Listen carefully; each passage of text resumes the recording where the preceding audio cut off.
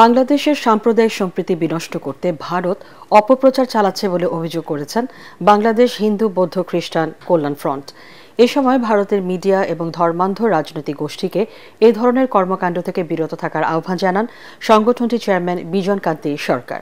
তিনি বলেন, ভারত তাদের রাজনৈতিক স্বার্থে বাংলাদেশের হিন্দুদের ব্যবহার করছে।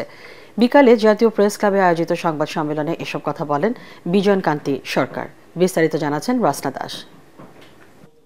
ভারতীয় গণমাধ্যম ও ধর্মান্ধ রাজনৈতিক কিছু ব্যক্তির বাংলাদেশ বিরোধী মিথ্যা অপপ্রচার ও ভারতীয় দুরভিসন্ধির বিরুদ্ধে জাতীয় প্রেস ক্লাবে সংবাদ সম্মেলনের আয়োজন করে বাংলাদেশ হিন্দু বৌদ্ধ খ্রিস্টান কল্যাণ ফ্রন্ট।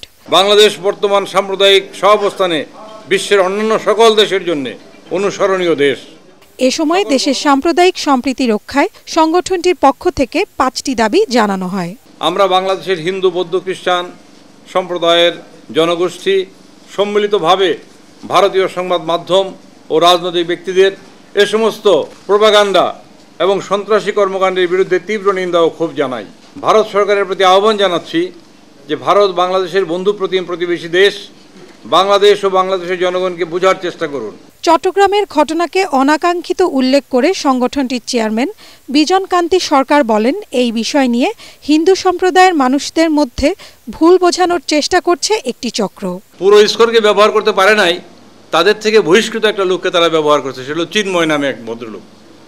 তার নামে অসংখ্য অভিযোগ আছে এবং ইস্কন দ্বারা বহিষ্কৃত এই চট্টগ্রামের ঘটনাটা আমরা দেখছি, সেই অনুযায়ী কাজ করা হচ্ছে।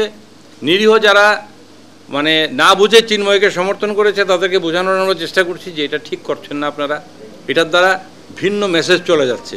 ভারতে বাংলাদেশের সহকারী হাই কমিশনে ভাঙচুর, প্রধান উপদেষ্টার কুশপুত্তলিকা দাহ এবং অশালীন অযৌক্তিক ও বানোয়াট মন্তব্য প্রচার করায় তীব্র নিন্দা ও ক্ষোভ জানিয়েছে বাংলাদেশের হিন্দু বৌদ্ধ খ্রিস্টান কল্যাণ ফ্রন্ট। কোনো ব্যক্তি রাসনা দাস, এটিএন বাংলা, ঢাকা। বাংলাদেশের জনগণের